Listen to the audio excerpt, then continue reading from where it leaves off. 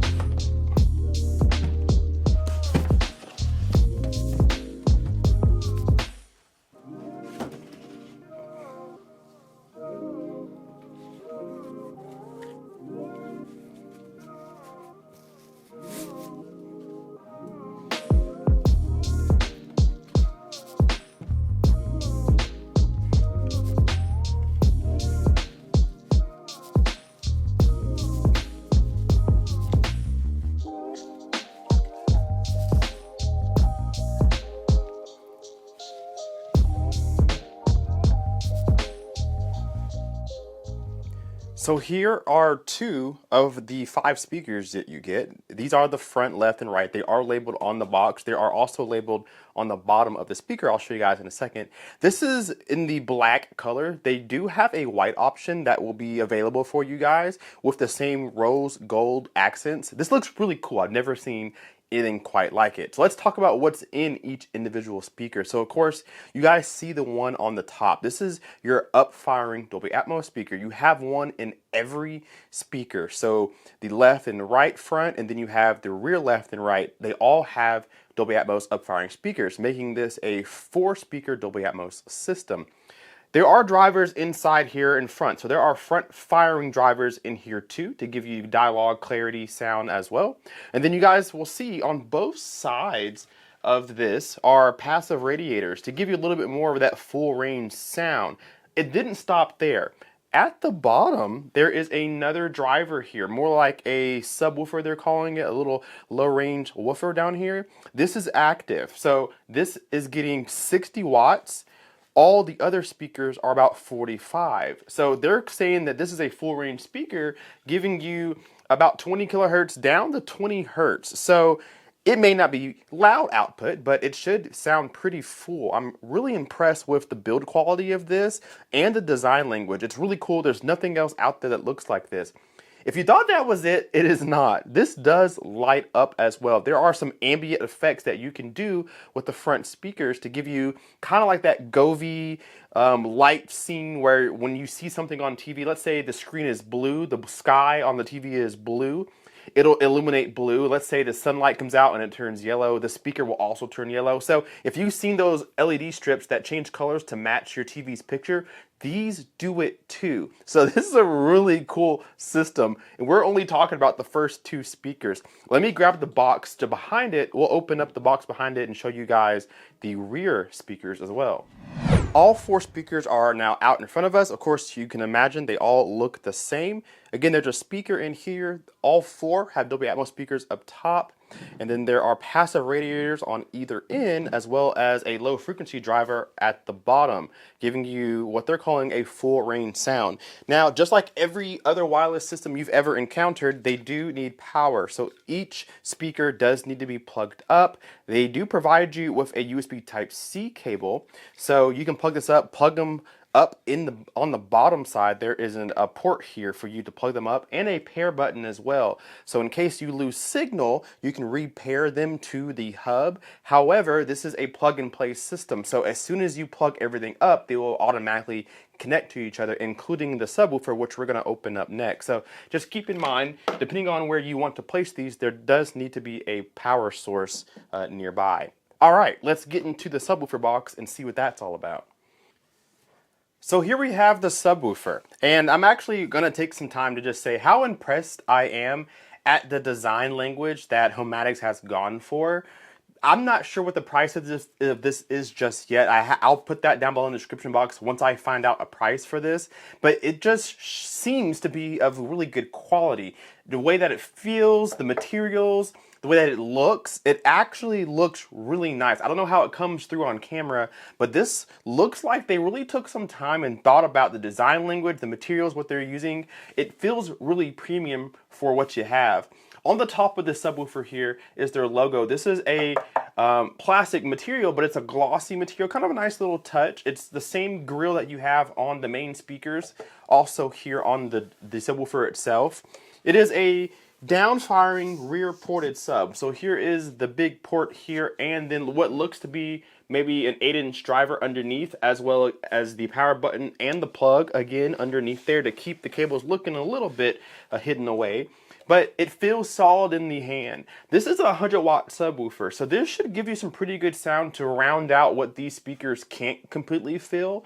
Putting these together looks really nice. So this is the whole system here. This is what they're calling a 5.4.4 because they consider each speaker underneath here, each driver, to be a subwoofer. So there's some bass coming out of these, but you do have one big subwoofer. Now this is optional. You don't have to have this. If you're satisfied with the sound that come out of these satellites here, then great. But if you need some lower end or louder lower end, you can get this optional subwoofer if you like to. Now, there were some things in the box that I didn't expect. Of course, I expected there to be a power cord, but inside here is a roll of LED lights that you can attach to the back of your TV or to your entertainment stand.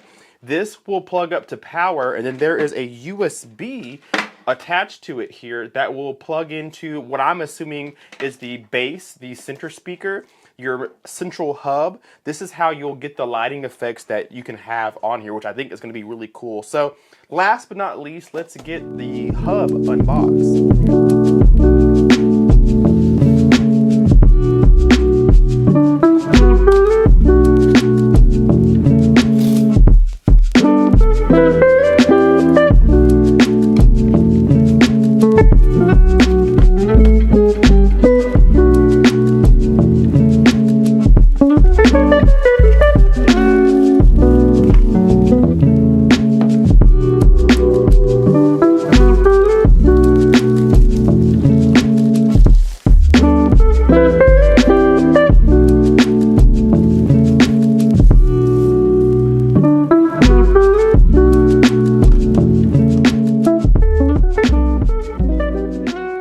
So here we have it. This is your center channel speaker, but this is your main hub as well. This is where all of your controls, all of your speakers connect to. This is where you get your Google TV, your Android TV right here. It's all in this one little hub.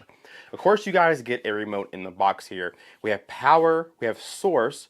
Looks like we have like a bookmarking button. We'll have to check that out there. Voice activation, this is Google Assistant. Settings button, then you have your click wheel up, down, left, right, and then select. You have your go back button, home button, and the TV button, as well as volume up and down, channel up and down, mute, and then it looks like maybe you can hold this down to change your EQ modes called humming EQ. They have some different presets for you to really tailor this sound to the way you want it to be. We'll actually talk about that here in just a moment. You have some quick buttons here, YouTube, Netflix, Prime Video, and then we'll have to see what the rocket does there, but pretty simple remote. Looks like it takes couple AAA batteries, but take a look at the hub itself. Really small and out of the way. Same kind of design with the grill. The buttons on here are capacitive here, so you can click them. They're haptic there, I meant to say. Power, play, pause, volume up and down there, so on and so forth. So you have some physical buttons on the unit itself. And then this is what it looks like on the side. There are some USB ports here.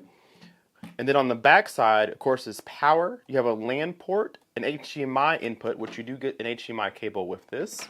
Then you have an SPDIF. This is your optical cable, and then it looks like USB Type-C right there as well. Now this does come out, so maybe if you need a firmware update or turn it in for service, you can just send this to them. So this is really cool. It gets power from the base, or maybe it gives power actually. I think you plug this up and then it gives power to the sound base itself. So that's pretty cool. But it does just attach, and you can just line up the plug to the port there. Just put it on in there. Let me see if I can get it in a pretty good try. Yeah, I got it already. So really simple setup here. So this is what all your speakers will connect to. Once you've plugged up all speakers to power, including this one here, they will all connect to each other, and then you're done. You're set up. Plug your HDMI from the back of this to the HDMI eARC of your television, and now everything will work in tandem. So really cool system.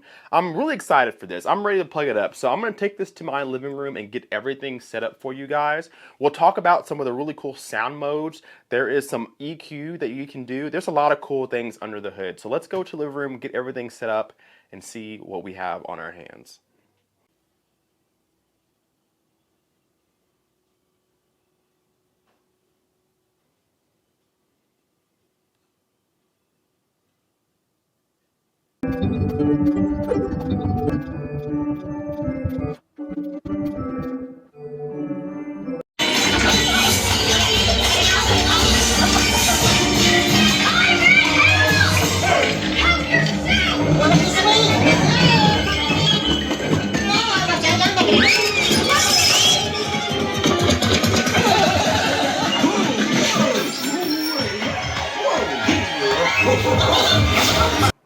Alright, so it's a new day. It's actually been a couple days now, and I've listened to this system for, it's been maybe a week straight. And I really want to like this, but I can't recommend it just yet. Let's just talk about it. So let's talk about what I do like first and foremost. The small form factor is great for a lot of people. This is going to allow you to put it in a lot of different places. This is not somebody who's going to use this for a dedicated home theater. They're going to put this in their living room or even their small apartment, their studio apartment, and get some good sound that won't bleed into the neighbor's next door wall, right? That's perfect. So I love the small form factor. Even though they are all small speakers, including the subwoofer, you do get way more sound than you would expect. I really like how the satellite speakers sound. That small little woofer underneath it does make a huge difference in how the sound sounds from these satellites. So I'm very impressed, and I think if you heard this system, you would be too. Those satellite speakers and even that little center channel speaker give you much more volume and bass output than you would think. This system has a couple different options where you can have the sub or not, and I think if you opt out of the sub, you will still be very impressed with the low end that you get from the satellite speakers. It actually is pleasing to listen to. So I like the small form factor, and I like the overall output and sound quality of this. It does sound better than a lot of sound bars, and I would pick this over a lot of sound bars as well. Now, what I really love about it is the Google TV built into it. It's fantastic. I was using a Fire Stick with my Fire TV because my Fire TV's processor is so slow that it was easier just to use the Fire TV stick plugged into HDMI with a soundbar. But with this Google TV built into the Homatics, this allows me to control everything with one remote, which is underrated in 2025. One remote for everything is awesome. So I can control the volume, control the Google TV. I can use my voice assistant. It turns on and off the television. I can use one remote to do everything via HDMI CEC. It's perfect. So it's truly an all-in-one system. Home theater, watch all your apps, watch your movies, control your television, Google TV at your fingertips. It's all there in one package. Again, a small form factor, it's great. So I love it for that. But here are my complaints. Some things just don't seem to work right or at all. Here's what I mean by that. Number one, my biggest complaint that I have with this is the lights. So all of the speakers have their own LED light, and then you get an LED strip to put around your television so that you can have some ambient effects. So when you're watching movies, it seems bigger than it is because the lights change to match what's going on the screen. I have not gotten this to work maybe once. So the speakers all have a light on them, and I have not figured out how to turn them off. I want them off because I have 4 speakers that are essentially 4 lamps around my room, and they're on the green color, and it sucks because I can't stand it. I don't want 4 lights around my room stuck on green that you can't turn off. It's super annoying. Then the LED lights around the TV that are supposed to change colors depending on what's on the screen, I've gotten that to work one time. Turning it on or off, they're just off. They don't do anything. Sometimes it does work, and I've got it to change colors with the screen. That was fine, but it rarely actually works, and there's no way to control it. In the menus, there is LED controls where you can turn on and off the LED lights or just change the color of them. It doesn't do anything. It doesn't work. It's so frustrating. So every time I turn on the system, all of the speakers' lights come on green, and I can't turn them off. It's so frustrating. So I hate that. The subwoofer is the worst part about this sound system. It sounds like there are empty Coke cans inside the speaker just rattling away. I didn't know what it was, but after listening to it, it's the port on the back. There is so much port noise out of this subwoofer. It is literally unlistenable. It's not a word, but I couldn't think of a better word. I literally turned down the subwoofer because of how bad the port noise is. I put my hand on the back of the port and covered it up, and it sounded 100 times better, but then I lost a lot of output. So something has to happen with the subwoofer because it is truly the weak link in the system, to the point where it's better to just unplug it and not use it at all because it sounds so poor. Yes, it does have a lot of output. It's impressive. It doesn't dig very low, but it does really reinforce what the satellites can't do. But it sounds so bad coming from the port that I had to turn it down or find a middle ground where it doesn't sound too bad to where I can tolerate it. But it is truly the weak link in the system. The third thing that I do not like that I hope that they can fix is the connectivity of all the speakers. When I'm watching a movie, say Blu-ray, Netflix, Hulu, Paramount Plus, when I'm actually watching a movie that's decoded in 5.1 surround sound, the system sounds actually pretty good. It really does. I can turn it up to max. There's no distortion. I hear my surround sound. I hear my subwoofer. It works decently well, to the point where I would choose this over a soundbar because everything is big, it's wide, I have separation of sounds, it's really easy to locate when something's going around you. It works really well. But when you're watching anything that's not in surround sound, say YouTube or regular TV or a TV show off of Hulu, it sounds so bad because the speakers keep going in and out and they pop. And no matter what sound field that you choose, they sound poor. It doesn't sound good. The best mode on there is the theater mode. It sounds the best out of all the 8 or 9 choices you have. Live makes things sound weird. Normal sounds muffled. What's the other ones? There's no custom modes necessarily. You can change your own EQ, which kind of helps with a little bit of things as far as like levels goes, raising the bass, lowering the bass, raising the left speaker or the right speaker, the signal. You can do that, but these EQ modes aren't that good, and none of them really worked well other than theater mode. That was the best one to choose.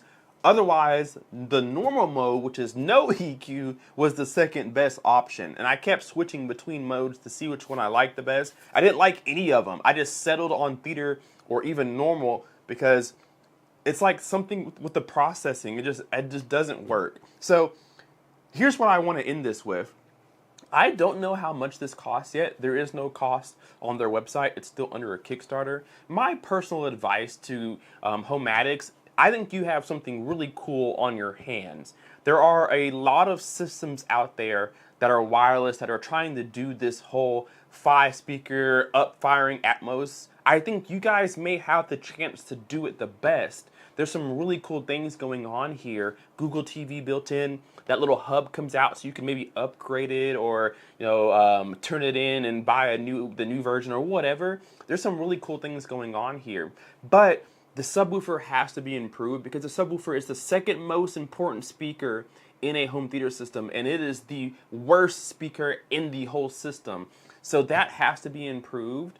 The satellite speakers, the processing, that has to be improved. Voices come out of all speakers.